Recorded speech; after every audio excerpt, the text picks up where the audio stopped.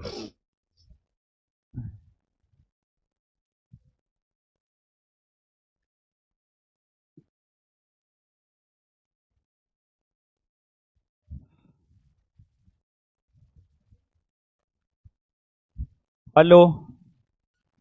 चलिए, क्या हाल चाल है?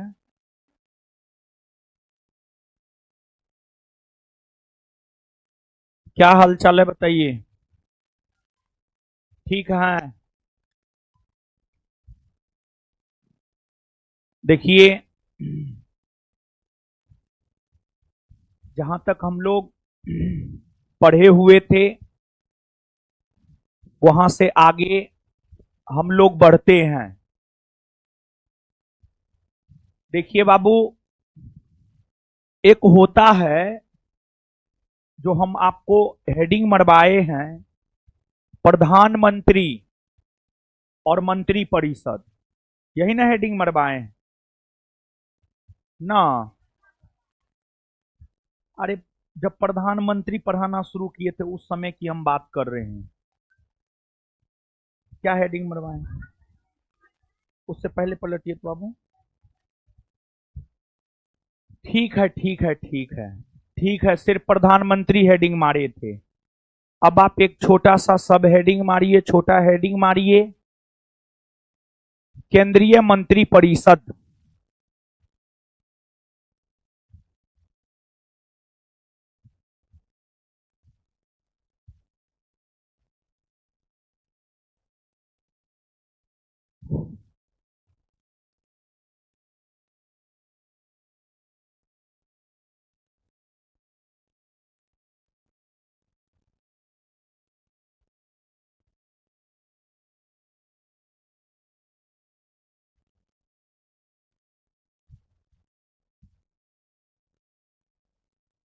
केंद्रीय मंत्री परिषद।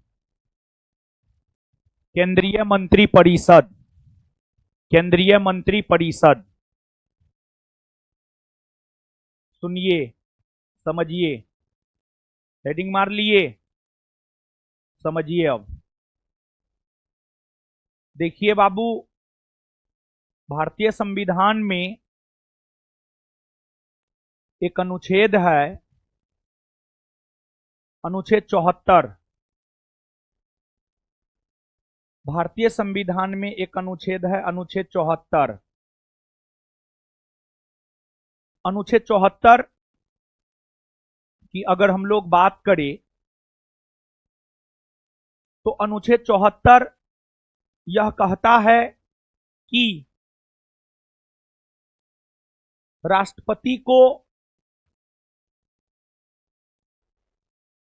उसके कार्यों में, राष्ट्रपति को उसके कार्यों में सलाह एवं सहयोग देने हेतु, राष्ट्रपति को उसके कार्यों में सलाह एवं सहयोग देने हेतु, राष्ट्रपति को उसके कार्यों में सलाह एवं सहयोग देने हेतु एक मंत्री परिषद होगा, जिसे केंद्रीय मंत्री परिषद कहा जाता है। यानी केंद्रीय मंत्री परिषद को लेकर प्रावधान अगर देखा जाए, तो केंद्रीय मंत्री परिषद को लेकर प्रावधान भारतीय संविधान के अनुच्छेद 74 में है। जो राष्ट्रपति होते हैं, राष्ट्रपति को उसके कार्यों में सलाह एवं सहयोग देने के लिए एक केंद्रीय मंत्री परिषद होगा, यह प्रावधान अनुच्छेद 74 करता है। और राष्ट्रपति केंद्रीय मंत्री परिषद के सलाह एवं सहयोग से ही काम करते हैं। और जो केंद्रीय मंत्री परिषद होता है, इस केंद्रीय मंत्री परिषद का मुखिया अगर देखा जाए, केंद्रीय मंत्री परिषद का मुखिया अगर देखा जाए, तो केंद्रीय मंत्री परिषद का मुखिया होता है प्रधानमंत्री। केंद्रीय मंत्री परिषद का मुखिया अगर देखा जाए, तो केंद्रीय मंत्री परिषद का प्रधान होता है प्रधानमंत्री। केंद्रीय मंत्री परिषद का मुखिया प्रधानमंत्री होता है, या केंद्रीय मंत्री परिषद का प्रमुख प्रधानमंत्री होता है। प्रधानमंत्री भी केंद्रीय मंत्रिपरिषद का ही एक सदस्य होता है। प्रधानमंत्री कोई अलग नहीं होते हैं, बल्कि प्रधानमंत्री भी केंद्रीय मंत्रिपरिषद का ही एक सदस्य होता है। और आपको राष्ट्रपति को सलाह एवं सहयोग केंद्रीय मंत्रिपरिषद देता है और राष्ट्रपति उसके सलाह एवं सहयोग से ही काम करता है। राष्ट्रपति की अगर हम लोग बात करें तो राष्ट्रपति मंत्रिपरिषद के सलाह एवं सहयोग को एक बार पुनर्विचार के लिए लौटा सकता है। राष्ट्रपति को यह अधिकार 44वां संविधान संशोधन 1978 के तहत मिले हैं। 44वां संविधान संशोधन 1978 की अगर हम बात करें,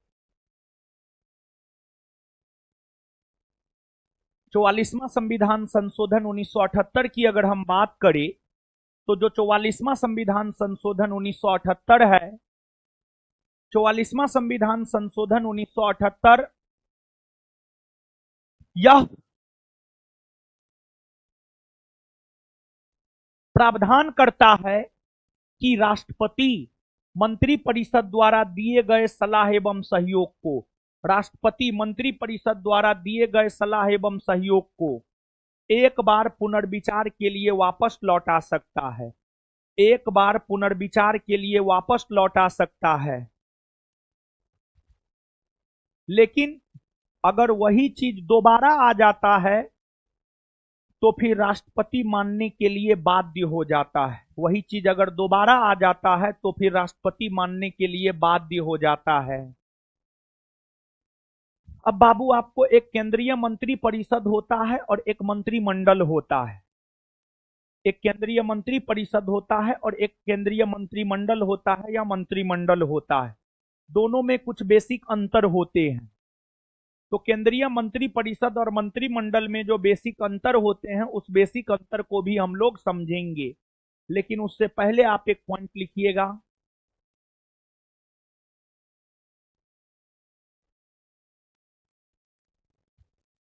अनुच्छेद 74 कहता है कि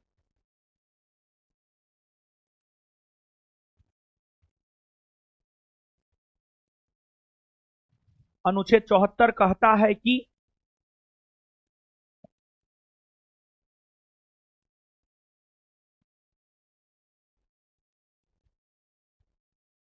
राष्ट्रपति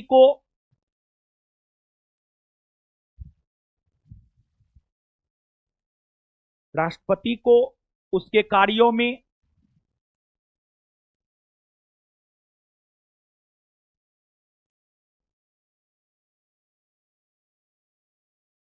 राष्ट्रपति को उसके कार्यों में सलाह एवं सहयोग देने हेतु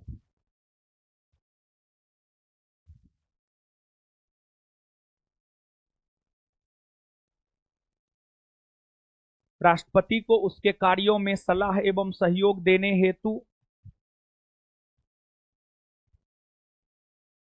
एक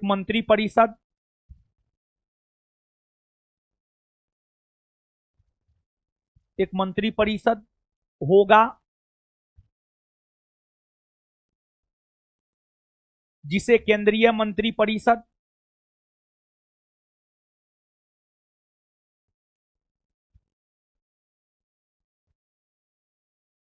केंद्रीय मंत्रिपरिषद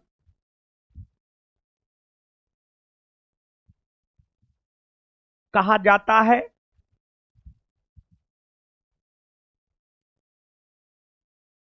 इसका प्रमुख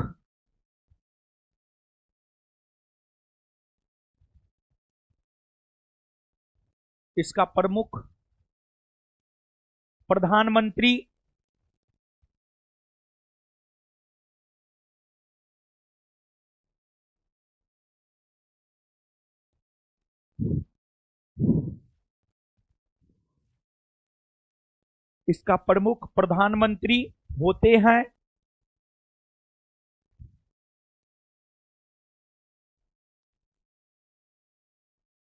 फुल स्टॉप। उसी में राष्ट्रपति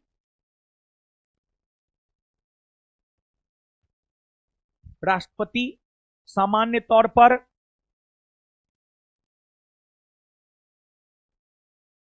राष्ट्रपति सामान्य तौर पर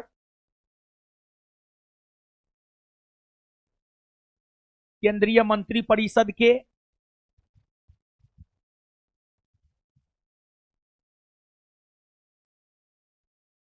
मंत्रिपरिषद के सलाह से ही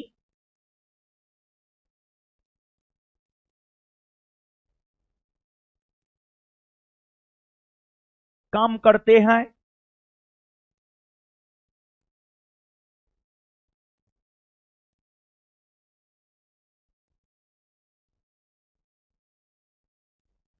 अगला पॉइंट लिखिएगा।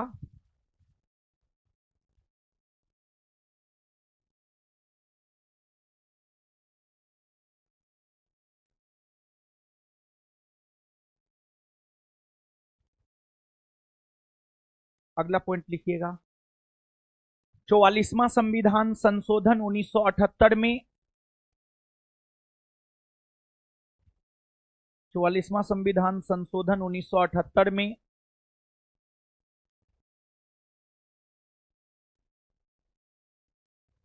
यह प्रावधान किया गया है कि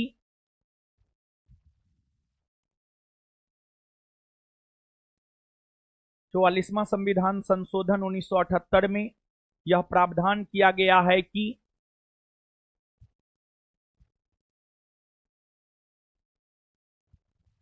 चौवालीसवां संविधान संशोधन 1978 में यह प्रावधान किया गया है कि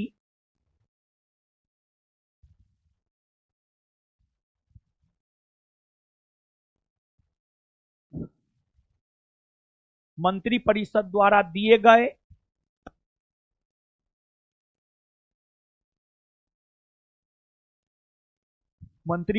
द्वारा दिए गए सलाह एवं सहयोग को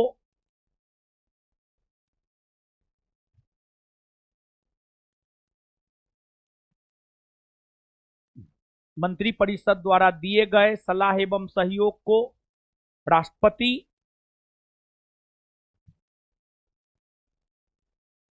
एक बार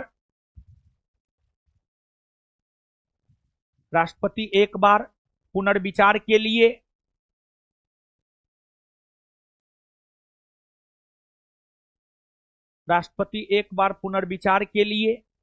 वापस लौटा सकते हैं।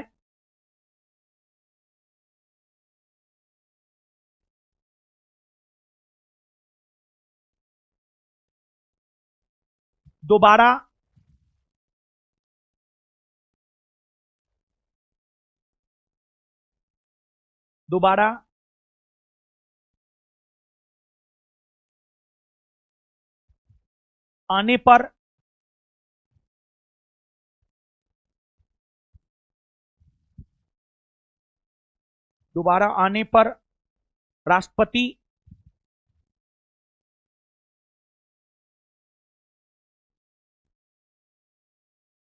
उसे मानने के लिए बाध्य हो जाते हैं।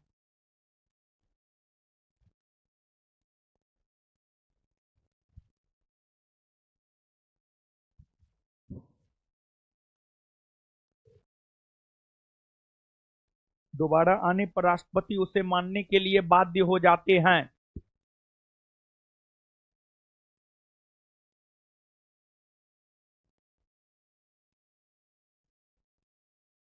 नीचे से लिखिएगा। प्रधानमंत्री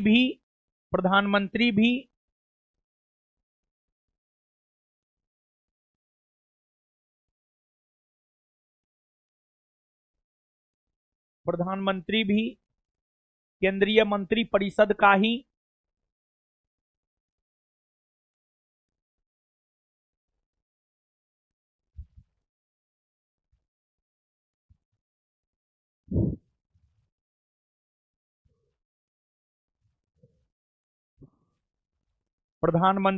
केंद्रीय मंत्रिपरिषद का ही एक सदस्य होता है।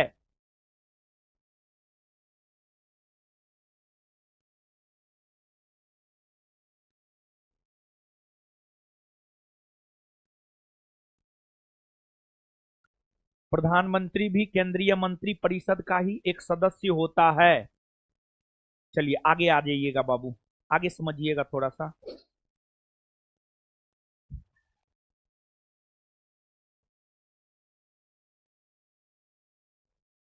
देखिए ध्यान दीजिएगा, समझिएगा, ध्यान दीजिएगा।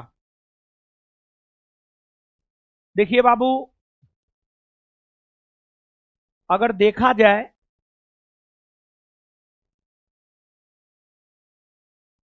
तो जो केंद्रीय मंत्री परिषद होता है, केंद्रीय मंत्री परिषद का मंत्री बनने के लिए, केंद्रीय मंत्री परिषद का मंत्री बनने के लिए लोकसभा या राज्यसभा दोनों में से किसी भी एक सदन का सदस्य होना जरूरी है। अगर कोई व्यक्ति किसी सदन का सदस्य नहीं भी है, फिर भी वह केंद्रीय मंत्री परिषद का मंत्री बन सकता है। लेकिन मंत्री बनने के 6 माह के भीतर लोकसभा या राज्यसभा दोनों में से किसी भी एक सदन की सदस्यता उसको लेनी होगी। अगर वह 6 माह के भीतर दोनों सदनों में से किसी भी एक सदन की सदस्यता ले लेता है तो फिर वह मंत्री बना रहता है, नहीं तो फिर उनका मंत्री पद समाप्त हो जाता है। एक बार फिर से समझिएगा, केंद्रीय मंत्री परिषद का मंत्री बनने के लिए लोकसभा या राज्यसभा दोनों में से किसी भी एक सदन का सदस्य होना जरूरी है। अगर कोई व्यक्ति है जो लोकसभा या राज्यसभा दोनों सदन में से किसी भी एक सदन का सदस्य नहीं है, फिर भी वह मंत्री बन सकता है। लेकिन मंत्री बनने के 6 माह के भीतर उसे दोनों सदनों में से किसी भी एक सदन की सदस्यता लेनी पड़ती है, और अगर नहीं लेता है तो फिर उसका मंत्री पद चला जाता है। यानी हम यह भी कह सकते हैं कि बिना लोकसभा राज्यसभा की सदस्यता के कोई भी व्यक्ति अधिकतम 6 माह तक मंत्री पद पर रह सकता है। अब नीचे से आप लिखिएगा,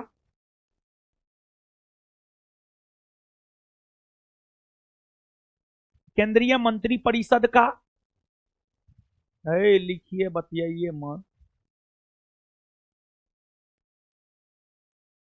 केंद्रीय मंत्री परिषद का सदस्य बनने के लिए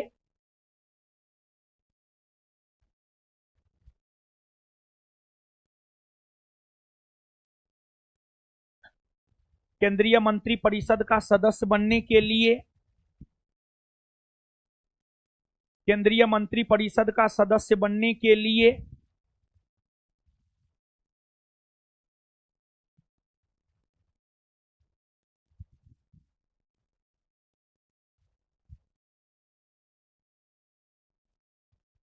केंद्रीय मंत्री परिषद का सदस्य बनने के लिए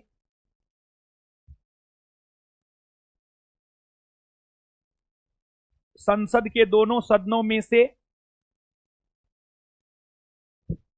संसद के दोनों सदनों में से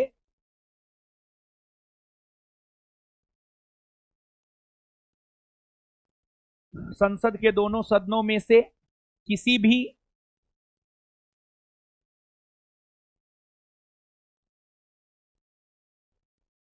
एक सदन का सदस्य होना जरूरी है, किसी भी एक सदन का सदस्य होना जरूरी है, किसी भी एक सदन का सदस्य होना जरूरी है।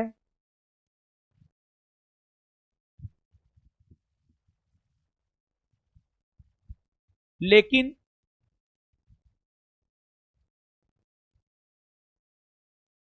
लेकिन अगर कोई व्यक्ति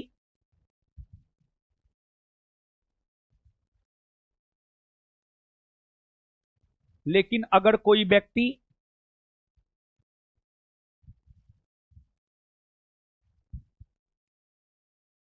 सदन का सदस्य नहीं भी है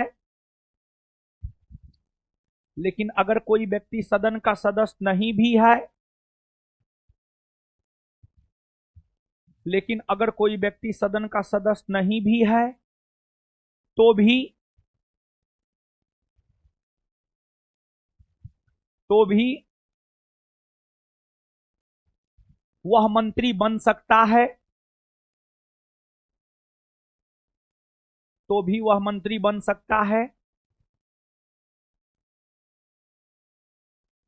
तो भी वह मंत्री बन सकता है, लेकिन तो भी वह मंत्री बन सकता है, परंतु परंतु 6 माह के भीतर परंतु 6 माह के भीतर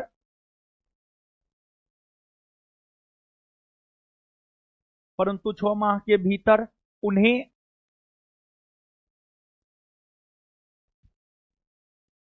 दो सदनों में से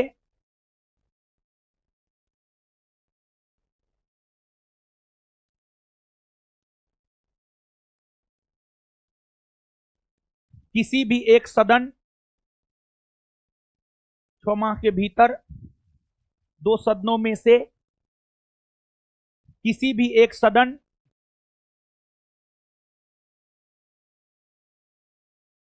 किसी भी एक सदन की सदस्यता किसी भी एक सदन की सदस्यता लेनी पड़ती है।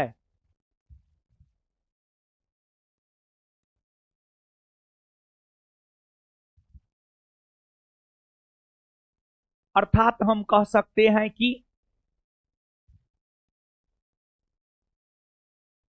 अर्थात हम कह सकते हैं कि अर्थात हम कह सकते हैं कि बिना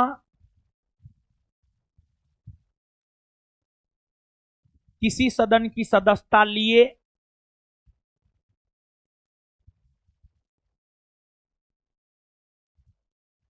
बिना किसी सदन की सदस्यता लिए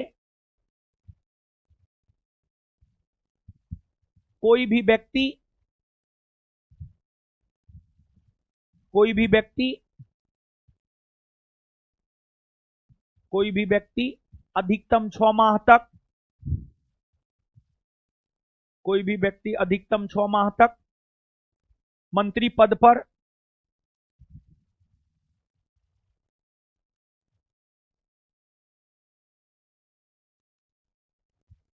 कोई भी व्यक्ति अधिकतम 6 माह तक मंत्री पद पर रह सकता है।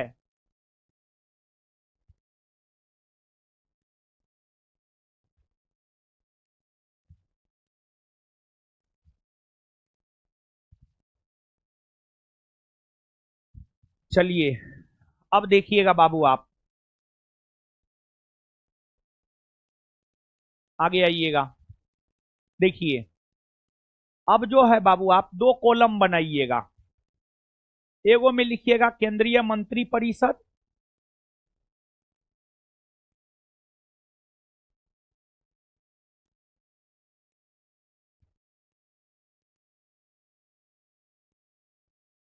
और एगो में लिखिएगा केंद्रीय मंत्रिमंडल।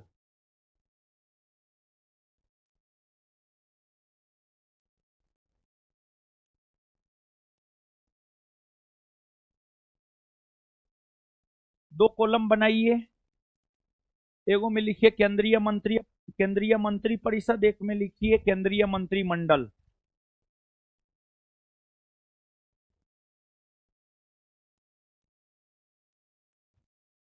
लिखिए।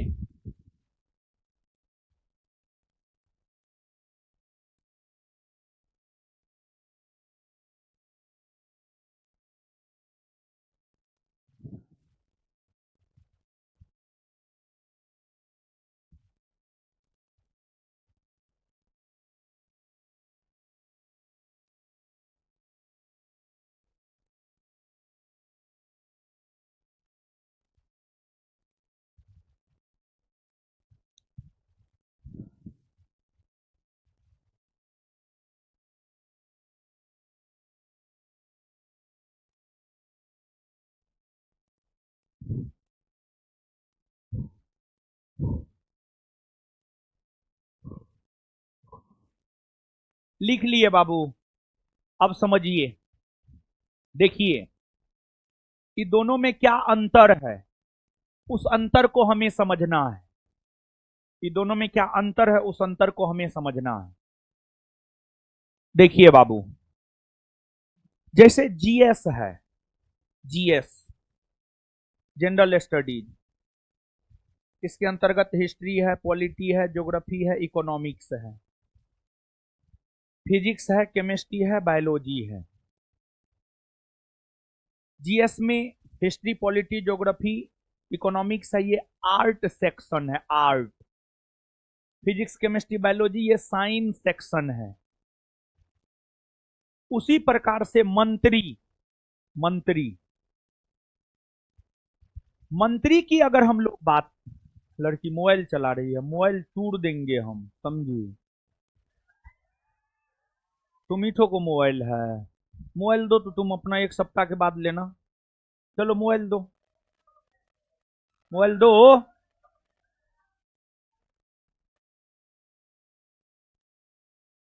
अब तो ऐसे कर रही है, लगता है हम देखवे नहीं किए हैं।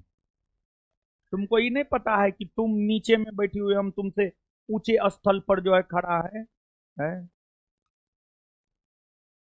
एकदम सब ये सब जो है ना, क्या ही कहा जाए। माँ बाप यहाँ पढ़ने भेजा है, यहाँ पर क्लासों में आकर के रूम पर, जब क्लास में तुम मोबाइल चला रही है तो रूम पे क्या करती होगी वो तुम ही जानती होगी या भगवान ही जानता होगा।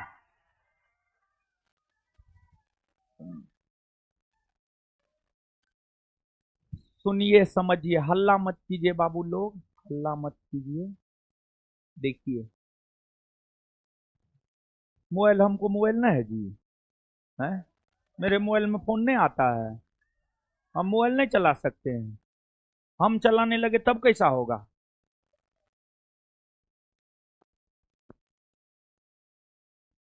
मोबाइले चलाना है तो नहीं आना चाहिए क्लास, क्या जी? जब यानी क्लास में टीचर है, पढ़ा रहे हैं, समझा रहे हैं, तब आप मोबाइल चला रहे हैं, तो आप रूम पे क्या करते होंगे? ये सोचने वाली बात है, थोड़ा सोच करके देखिए। चलिए, हल्ला मत कीजिए, सुनिए। मंत्री, मंत्री मंत्री मंत्री की अगर हम बात करें, तो जैसे जीएस है, जीएस बराबर मंत्री। जीएस में 2 सेगमेंट है, आर्ट और साइंस। वैसे ही मंत्री, मंत्री 3 प्रकार के होते हैं। एक होता है कैबिनेट मंत्री, एक होता है राज मंत्री, और एक होता है, कहाँ है फिर, चल गया। चलिए, हल्ला मत कीजिए, हल्ला मत कीजिए, हल्ला। हर चीज में मतलब ऐसे रिएक्ट करते हैं, मतलब ये बताइए, मतलब बढ़िया विद्यार्थी का लक्षण हुआ है? ये बढ़िया विद्यार्थी का लक्षण नहीं है बाबू, ठीक है ना? तो भाई गलत बात है। हम देखिए बाबू, मंत्री, मंत्री की अगर हम बात करें तो मंत्री 3 प्रकार का होता है। एगो कैबिनेट मंत्री होते हैं, दूसरे राज्य मंत्री होते हैं, और तीसरे उप मंत्री होते हैं। एगो कैबिनेट मंत्री होते हैं, दूसरे राज्य मंत्री होते हैं, और तीसरे उप मंत्री होते हैं। इन तीनों मंत्रियों में सबसे प्रमुख, सबसे पावरफुल, सबसे शक्तिशाली कैबिनेट मंत्री होता है। सबसे पावरफुल होता है कैबिनेट मंत्री, और कैबिनेट मंत्री का ही सहयोगी होता है राज मंत्री और उप मंत्री।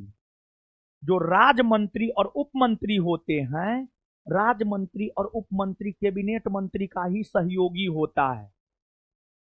और जो कैबिनेट मंत्री होते हैं, वो अपने विभाग के अध्यक्ष होते हैं, अपने विभाग के सर्वे सर्वा होते हैं, अपने विभाग के अध्यक्ष होते हैं, अपने विभाग के सर्वे सर्वा होते हैं, सर्वे सर्वा होते हैं।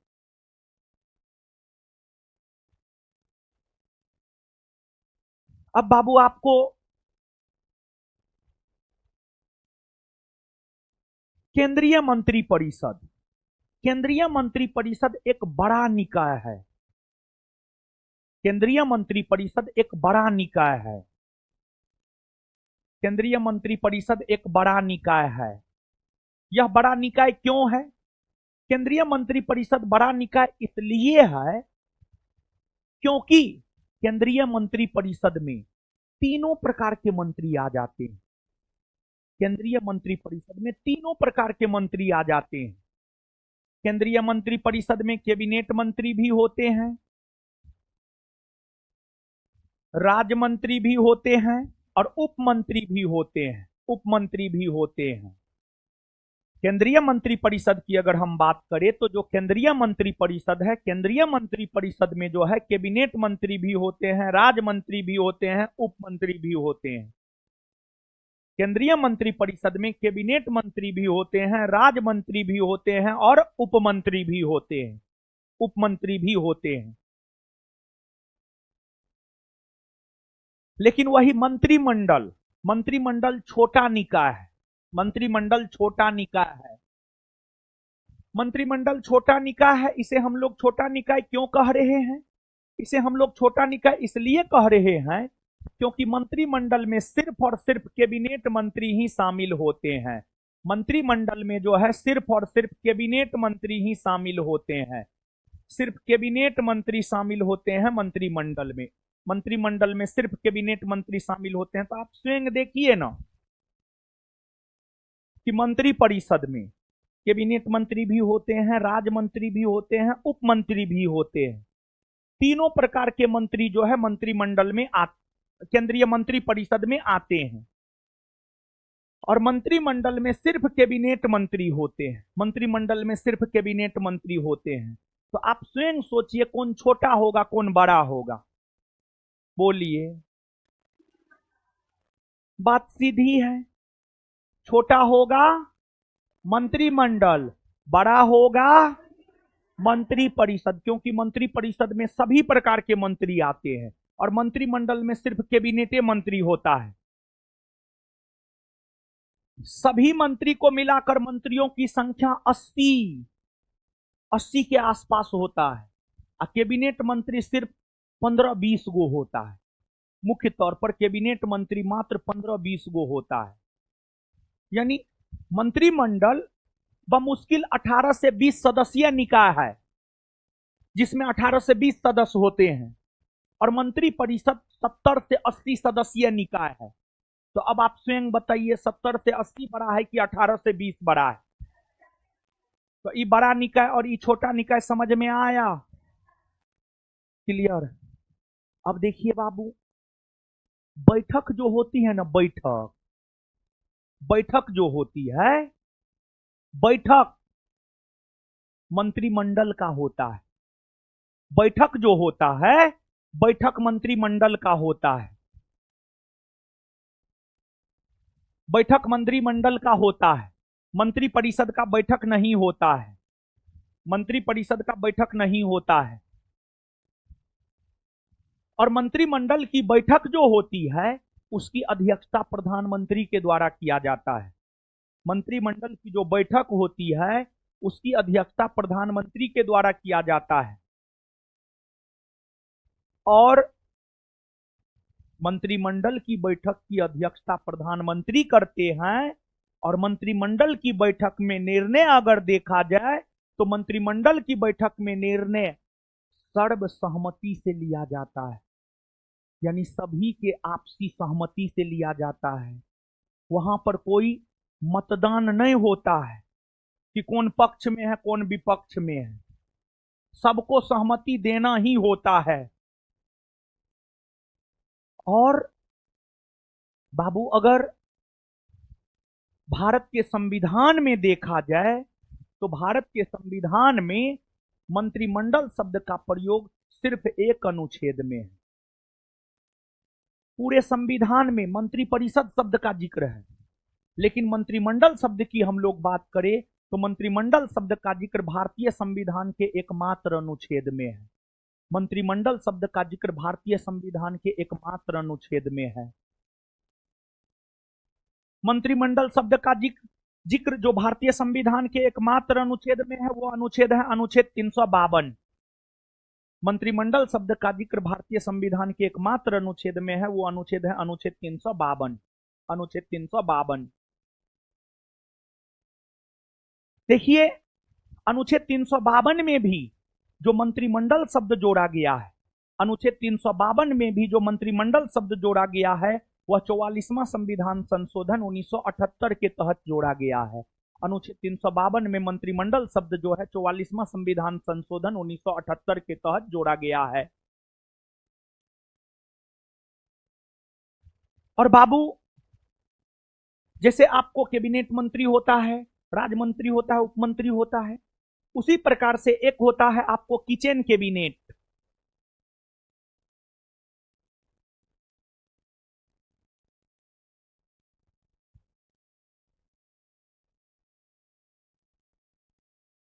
एक होता है किचन कैबिनेट। किचन कैबिनेट जानते हैं बाबू? किचन कैबिनेट संसदीय प्रणाली के अंतर्गत निर्णय लेने वाला सबसे महत्वपूर्ण निकाय है। किचन कैबिनेट 4 से 5 सदस्यीय निकाय होता है। जो किचन कैबिनेट होता है, किचन कैबिनेट 4 से 5 सदस्यीय निकाय होता है। इसमें एगो प्रधानमंत्री होते हैं तथा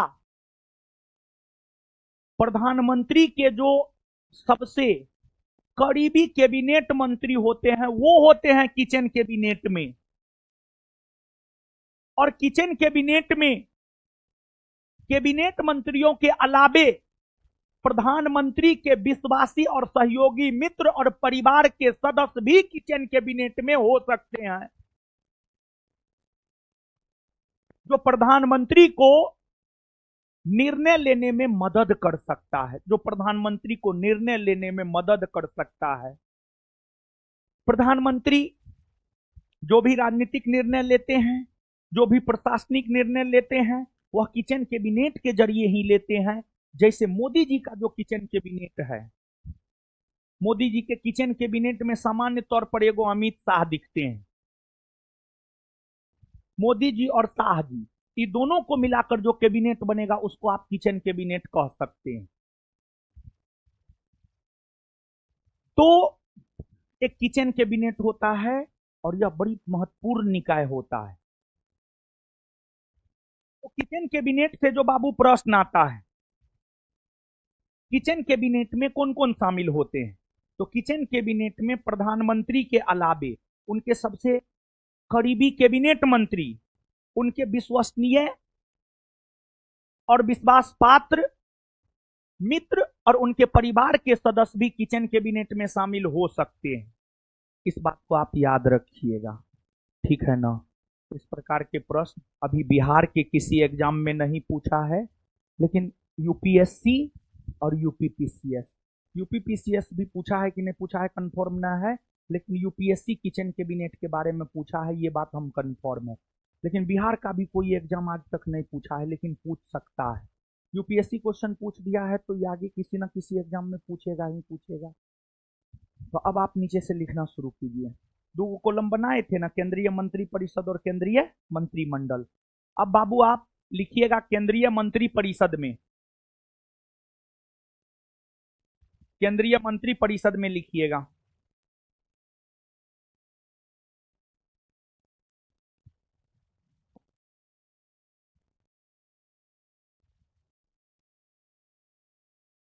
केंद्रीय मंत्री परिषद में लिखिएगा।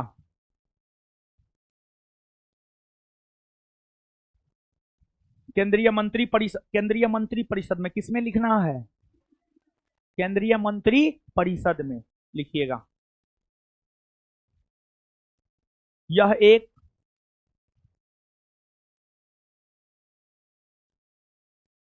संवैधानिक निकाय है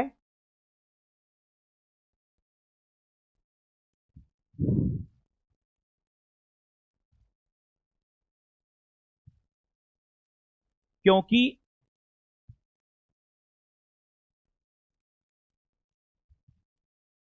क्योंकि इसको लेकर प्रावधान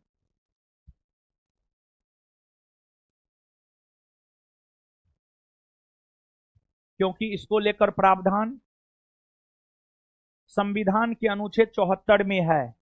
क्योंकि इसको लेकर प्रावधान संविधान के अनुच्छेद 74 में है।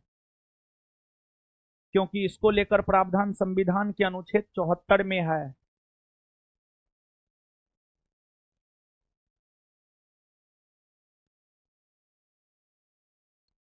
केंद्रीय मंत्री परिषद में ही अगला पॉइंट लिखिएगा। यह एक बड़ा निकाय है।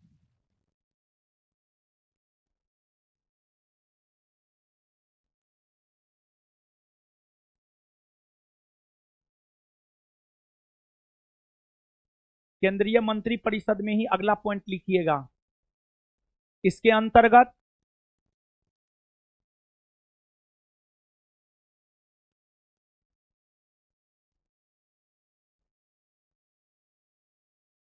अंतर्गत कैबिनेट मंत्री,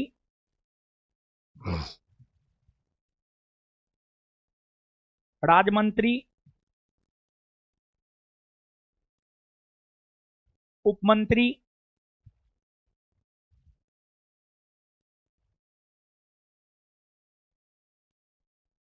इसके अंतर्गत कैबिनेट मंत्री, राज्य मंत्री, उप मंत्री,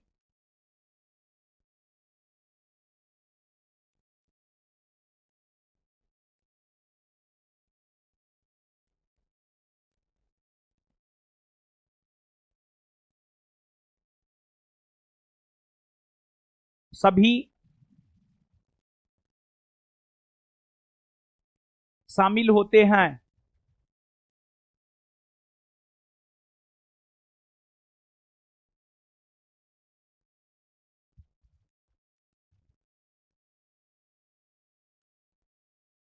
नेक्स्ट, हाँ, केंद्रीय मंत्री परिषद में ही लिखिएगा। इसकी बैठक नहीं होती है। केंद्रीय मंत्री परिषद में ही अगला पॉइंट लिखिएगा बाबू। इसकी बैठक नहीं होती है।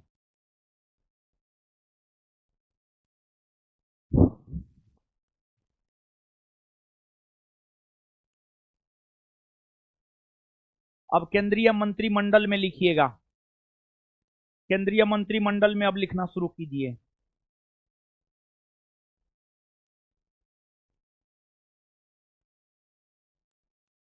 यह एक केंद्रीय मंत्रिमंडल में लिखना शुरू किए ना, है? यह एक छोटा निकाय है।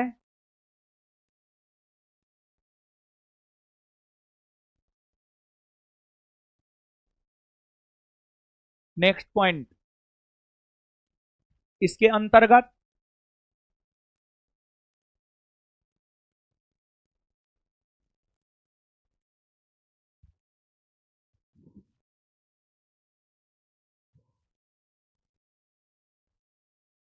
अंतर्गत सिर्फ कैबिनेट मंत्री,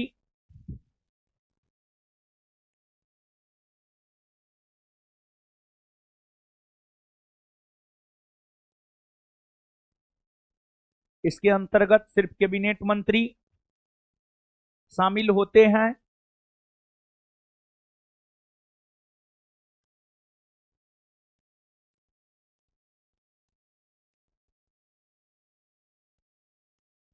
नेक्स्ट पॉइंट,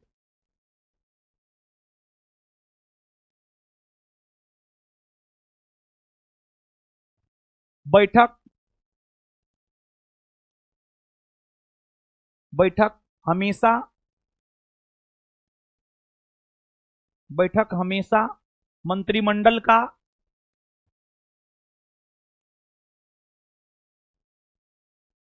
हमेशा मंत्रिमंडल का होता है।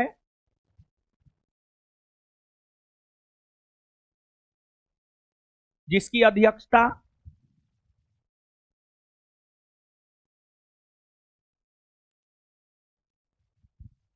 बैठक हमेशा मंत्रिमंडल का होता है, जिसकी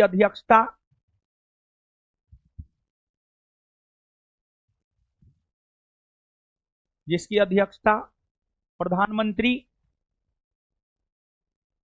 करते हैं,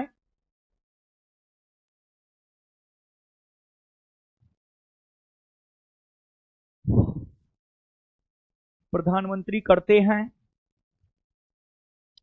बैठक में निर्णय,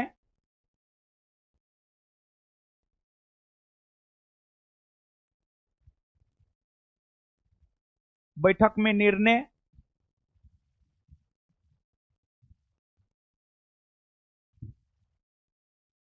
बैठक में निर्णय,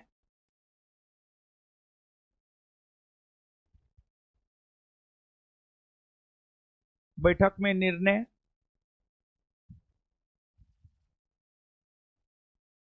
सर्वसहमति से लिया जाता है,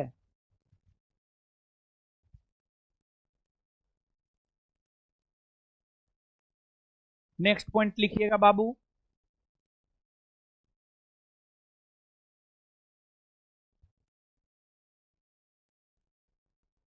नेक्स्ट पॉइंट लिखिएगा, मंत्रिमंडल शब्द का जिक्र,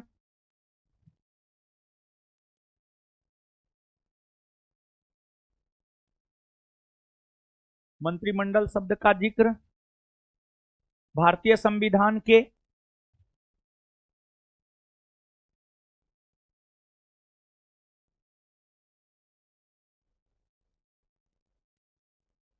एकमात्र अनुच्छेद,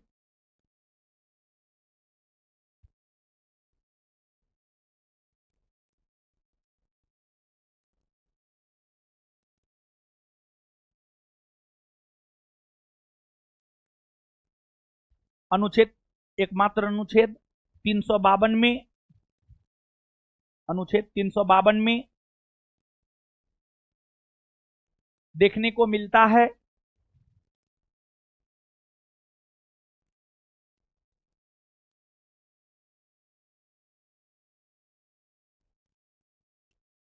इस अनुच्छेद में मंत्रिमंडल शब्द, इस अनुच्छेद में मंत्रिमंडल शब्द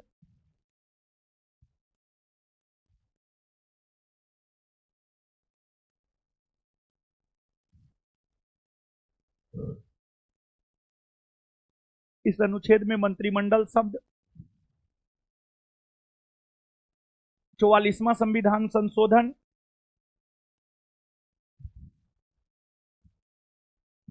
44वां संविधान संशोधन 1978 के तहत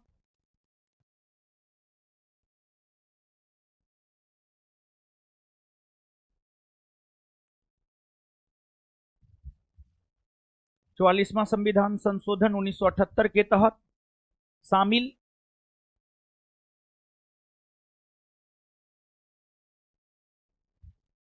किया गया है।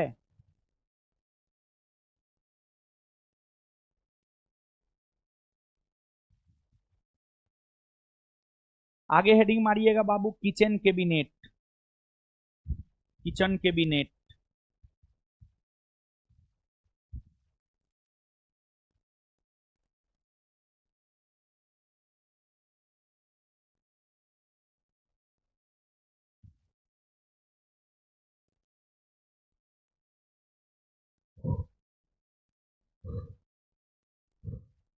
Kitchen cabinet, kitchen cabinet dash देकर लिखिएगा।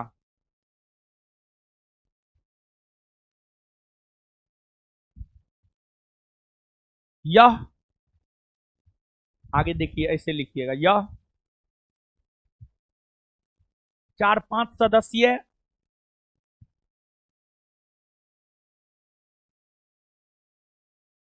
यह 4-5 सदस्यीय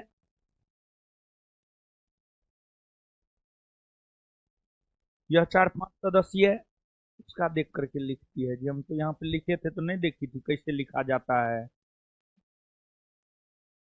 हाथ हटा लो, देख करके लिखने दो। लिखिए बाबू, नहीं सुनी थी, कान खराब हो गया है। लिखिए, यह 4-5 सदस्यीय निकाय है, निकाय, निकाय, निकाय, निकाह नहीं महाराज,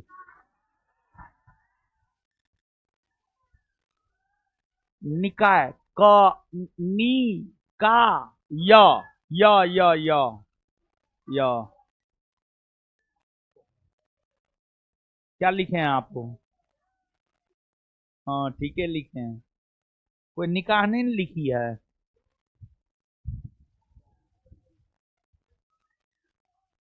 हिंदी से पीजी कर रहे हैं कौन आप? अरे बाप रे, हिंदी से पीजी कर रही है। लिखिए, यह 4-5 सदस्यीय निकाय है।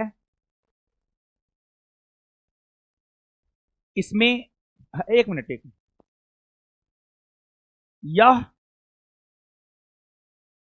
यह प्रशासनिक और राजनीतिक निर्णय लेने वाली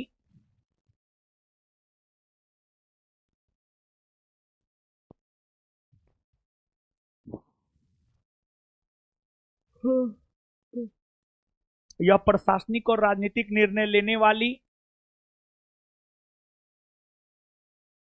यह प्रशासनिक और राजनीतिक निर्णय लेने वाली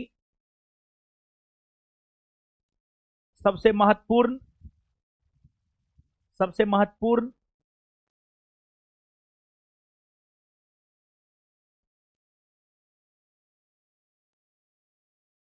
संगठन है।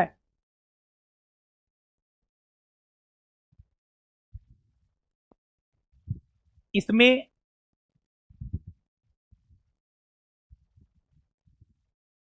इसमें प्रधानमंत्री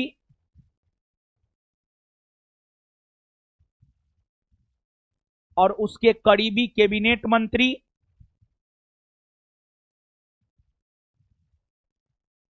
और उसके कैबिनेट मंत्री उसके करीबी कैबिनेट मंत्री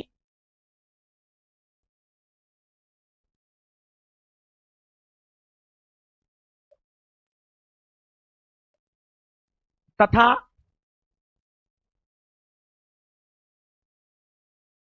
प्रधानमंत्री के परिवार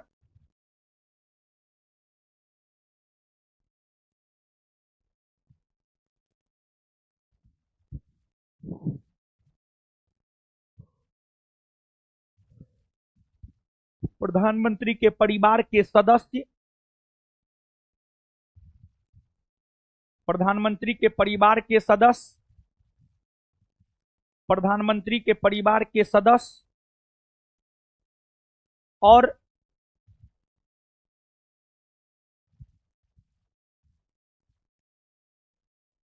उसके विश्वासी मित्र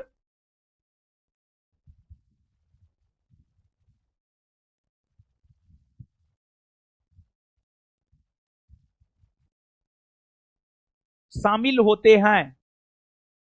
उसके विश्वासी मित्र शामिल होते हैं।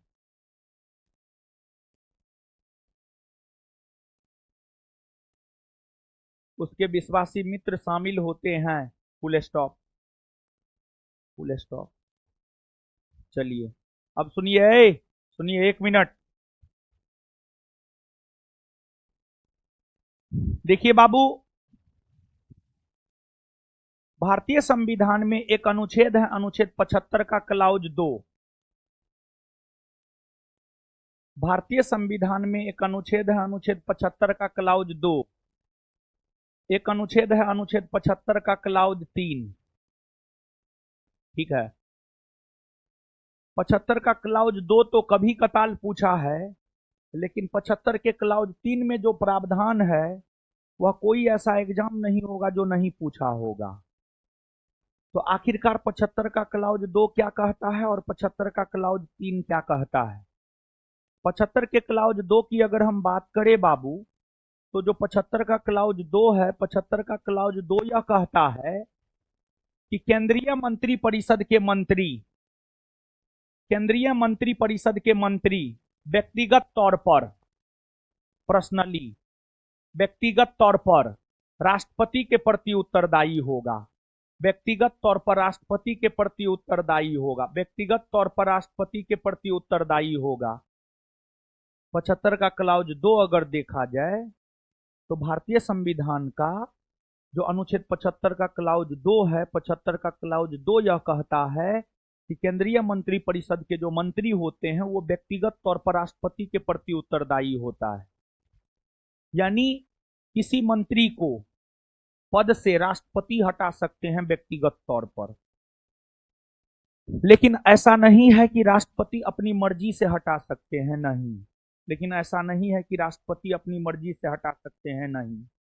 राष्ट्रपति अपनी मर्जी से नहीं हटाते हैं, बल्कि राष्ट्रपति प्रधानमंत्री के सलाह से मंत्री को पद से हटाते हैं।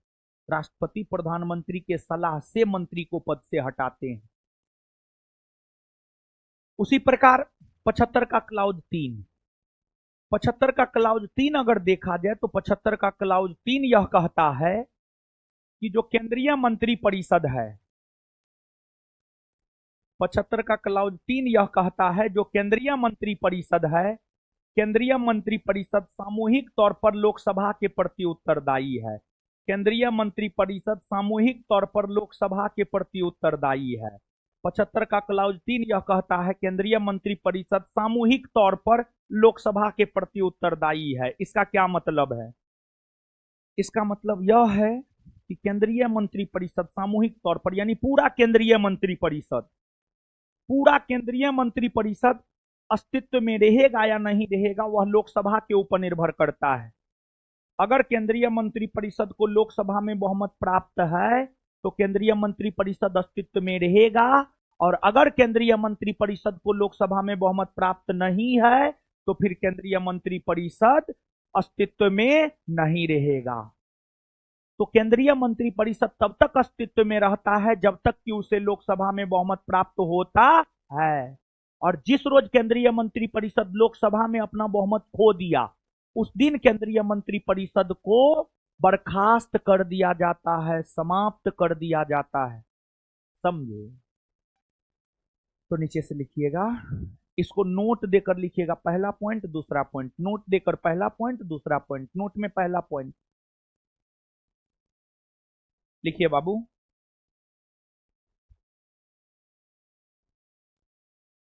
अनुच्छेद 75 का क्लाउज 2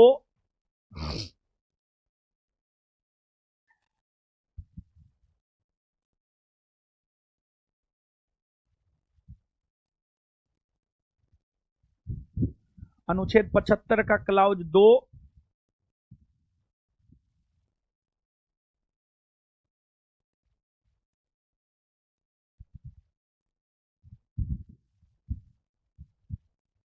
कहता है कि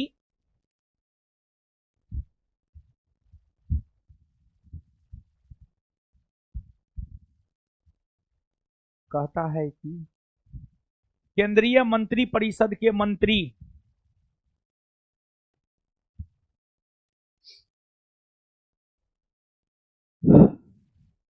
केंद्रीय मंत्री परिषद के मंत्री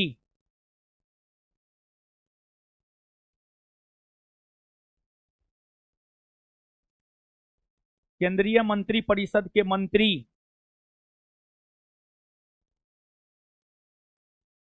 व्यक्तिगत तौर पर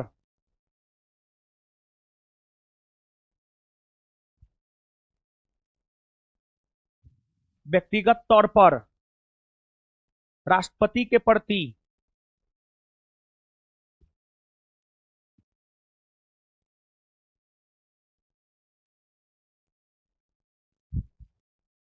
व्यक्तिगत तौर पर राष्ट्रपति के प्रति उत्तरदायी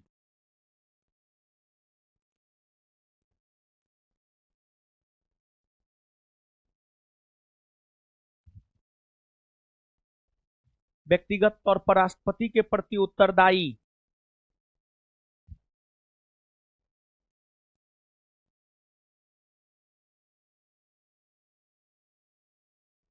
होते हैं। इसका अर्थ यह है कि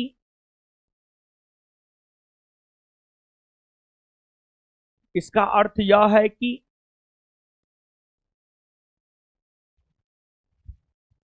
इसका अर्थ यह है कि किसी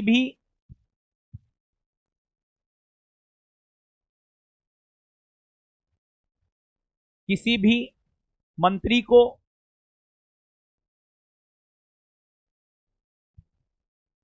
पद से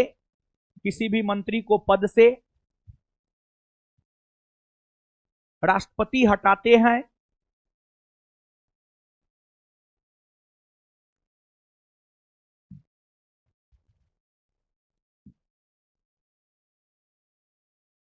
लेकिन ध्यान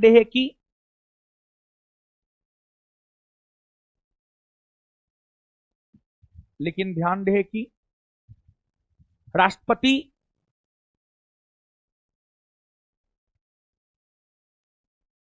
प्रधानमंत्री के सलाह से ऐसा करते हैं। राष्ट्रपति प्रधानमंत्री के सलाह से ऐसा करते हैं। राष्ट्रपति प्रधानमंत्री के सलाह से ऐसा करते हैं। राष्ट्रपति प्रधानमंत्री के सलाह से ऐसा करते हैं।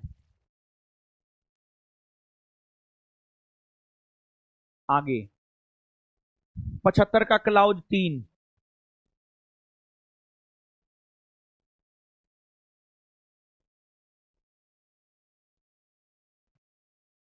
75 का क्लाउज 3,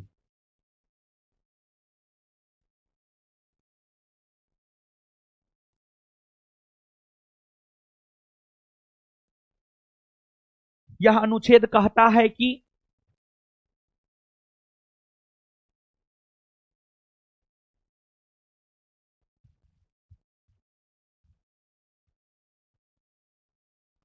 यह अनुच्छेद कहता है कि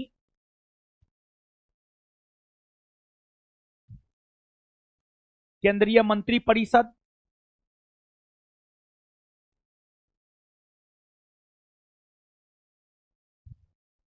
केंद्रीय मंत्रिपरिषद सामूहिक तौर पर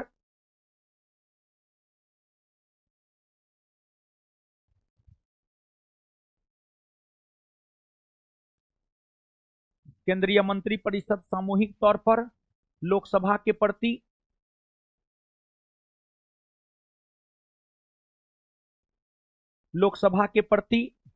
उत्तरदायी होता है। केंद्रीय मंत्रिपरिषद सामूहिक तौर पर लोकसभा के प्रति उत्तरदायी होता है। इसका अर्थ इसका अर्थ इसका अर्थ यह है कि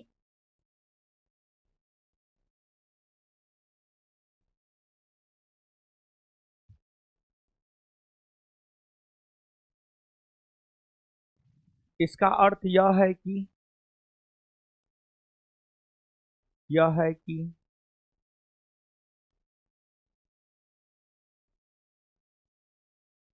केंद्रीय मंत्रिपरिषद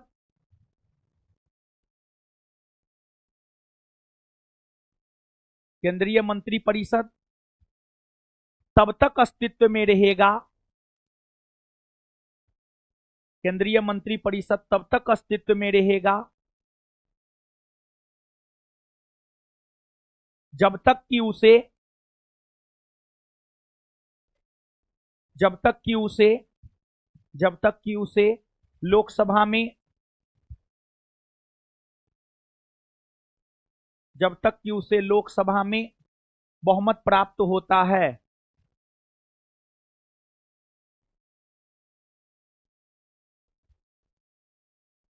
जब तक कि उसे लोकसभा में बहुमत प्राप्त होता है। जितना समझाए हैं लिखाए हैं पढ़िए तो पढ़िए, जितना समझाए हैं लिखाए हैं पढ़िए पढ़िए।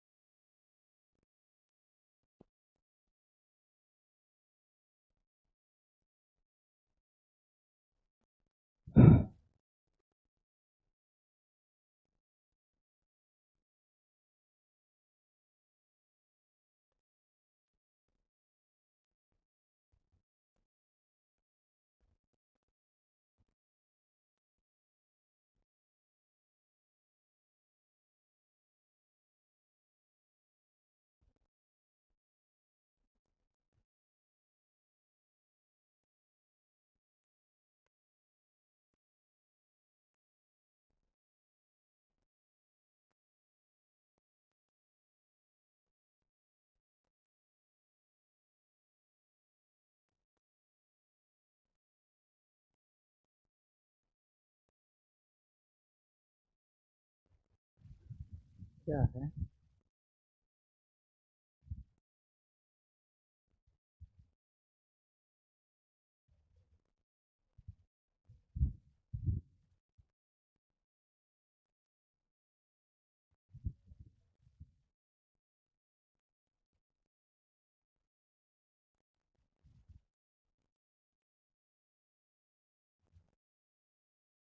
हैं? बहरन इसका किसका प्रॉब्लम हम सॉल्व करें? सबका प्रॉब्लम सॉल्व हो सकता है? नहीं हो सकता। दुनिया में बहुत प्रॉब्लम। पढ़ लिए? दीजिए तो बाबू कॉपी।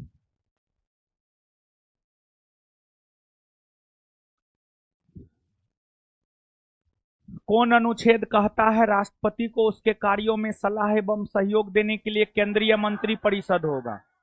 आए, केंद्रीय मंत्री परिषद द्वारा दिए गए सलाह एवं सहयोग को राष्ट्रपति एक बार पुनर्विचार के लिए लौटा सकता है। यह प्रावधान कौन संविधान संशोधन में हुआ है? 44वां संविधान संशोधन 1900। केंद्रीय मंत्री परिषद द्वारा दिए गए सलाह एवं सहयोग को राष्ट्रपति एक बार पुनर्विचार के लिए लौटा सकता है। ये प्रावधान कौन संविधान संशोधन में किया गया? 44वां संविधान संशोधन 1900। केंद्रीय मंत्री परिषद का सदस्य बनने के लिए कौन सदन का सदस्य होना चाहिए? दोनों में से बिना किसी सदन की सदस्यता के कोई भी व्यक्ति केंद्रीय मंत्री परिषद का सदस्य बन सकता है। हाँ, अधिकतम कितने माह तक? कितने माह तक? एक बात बताइए, केंद्रीय मंत्री परिषद बड़ा निकाय है या छोटा? केंद्रीय मंत्री परिषद के अंतर्गत कैबिनेट मंत्री, राज्य मंत्री, उप मंत्री सब ना आता है। केंद्रीय मंत्री परिषद की बैठक होती है? नहीं। केंद्रीय मंत्रिमंडल छोटा निकाय ना है? केंद्रीय मंत्रिमंडल के अंतर्गत सिर्फ कौन आता है? कैबिनेट मंत्री। बैठक हमेशा किसका होता है? मंत्रिमंडल का। मंत्रिमंडल की बैठक की अध्यक्षता कौन करते हैं? मंत्रिमंडल शब्द का जिक्र भारतीय संविधान के एकमात्र अनुच्छेद में है, वो कौन है? 300। अनुच्छेद 352 में मंत्रिमंडल शब्द किस संविधान संशोधन के तहत जोड़ा गया? 44वां संविधान संशोधन 1900। किचन कैबिनेट कितना सदस्य निकाय होता है? उसमें कौन कौन होते हैं? प्रधानमंत्री, कैबिनेट मंत्री, उनके परिवार के सदस्य और मित्र। केंद्रीय मंत्री परिषद के मंत्री व्यक्तिगत तौर पर किसके प्रति उत्तरदायी होते हैं? प्रति उत्तरदायी है लोकसभा। केंद्रीय मंत्री परिषद सामूहिक तौर पर किसके प्रति उत्तरदायी? लोकसभा ना। केंद्रीय मंत्री परिषद सामूहिक तौर पर लोकसभा के प्रति उत्तरदायी है। ये बात कौन अनुच्छेद में है? कौन अनुच्छेद में है? 75 का क्लाउज। अब हमको जाने दीजिए, मेरा क्लास है बाबू।